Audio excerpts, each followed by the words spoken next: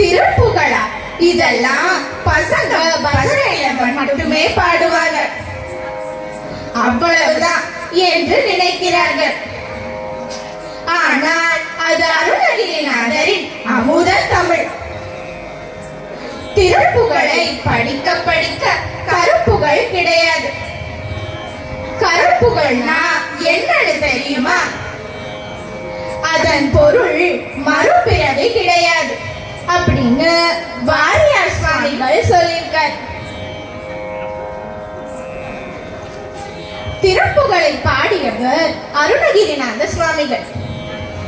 இவர் திருவண்ணாமலை அப்படின்ற ஊர்ல பிறந்தாரு அப்படின்னு சொல்லப்படுது. இவர் கிபி 15ஆம் நூற்றாண்டுல திருவங்கட்டர் மற்றும் முத்தம்மை அப்படிங்கிற தம்பதியினருக்கு மகனாக பிறக்கிறார்.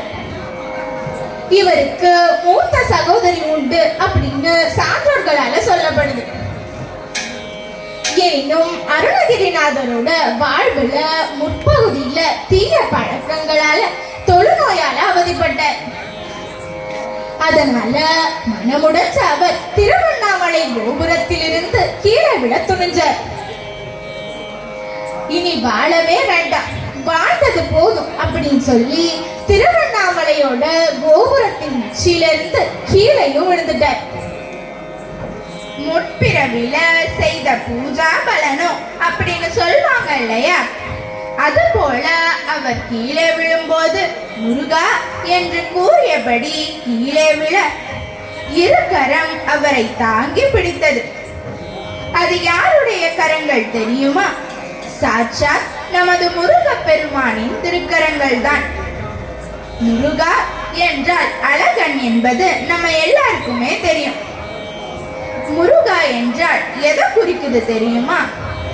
மூ என்றால் முகுந்தன் என்ற பெருமாளையும், ரூ என்றால் ருத்ரன் என்ற சிவனையும், கா என்றால் கமலவாசன் என்ற பிரம்மாவையும் குறிக்குது. ஆகவே முருகா என்றால் மும்மூர்த்திகளையும் கும்பிட்ட பலன். இது மட்டுமல்ல, பிரம்மதேவன் தன் மனைவியான சரஸ்வதி தேவிய தன்னோட நாவிலும், விஷ்ணு பகவான் தன்னோட மனைவியான லக்ஷ்மி தேவிய தன்னோட மார்பிலும், மற்றும் சிவபெருமான் தன்னோட மனைவியான பார்வதி தேவியை சரீரத்தில் சரிபாதையாகவும் வச்சிருக்கார். எனவே அருணகிரிநாதர் முருகா அப்படின்னு சொன்னா மும்மூர்த்திகள் மற்றும் அவங்களோட தேவியர்களையும் கும்பிட்ட பலன் அப்படின்னு சொல்றார். அப்பேற்பட்ட அருணகிரிநாதரை முருகப்பெருமான் தாங்கி பிடித்து அருணகிரி முத்து முத்தாக என் புகழை பாடு அப்படின்னு சொல்றார். அதற்கு அருணகிரிய என்ன பாடுவேன், எப்படி பாடுவேன் அப்படின்னு கேட்க முருகப்பெருமான் அவர் நாவுல சரவண பவ என்ற 6 எழுத்து மந்திரத்தை எழுதி அவருக்கு யோக மார்க்கங்களும் மெய்ஞானமும் கைவரும்படியாக அருளி சென்றார். சித்தம் கலங்கிய நிலையில் இருந்த அருணகிரியாருக்கு சித்தம் தெளிந்தது. மனித குலத்தின் நலனுக்காக பக்தி பாடல்களை பாடுமாறு கூறி முத்தை தரு என்ற முதல் அடியை எடுத்து கொடுத்து பாட செய்தார். அவ்வாறு முருகப்பெருமான் அடியெடுத்து கொடுத்து அருணகிரியார் பாடிய அப்பாடலை இப்பொழுது நாங்களும் பாடட்டுமா?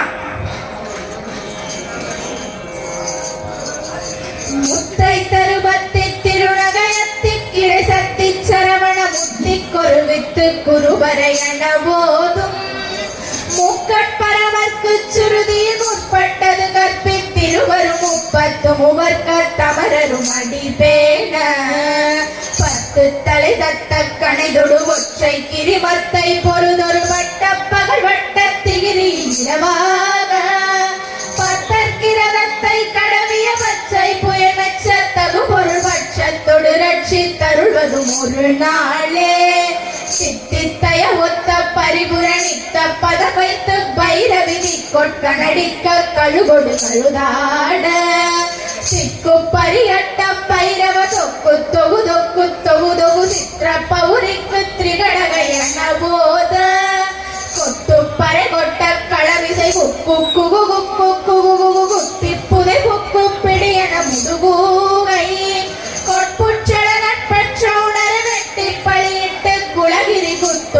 ஒத்த பொறவள பெருமாளே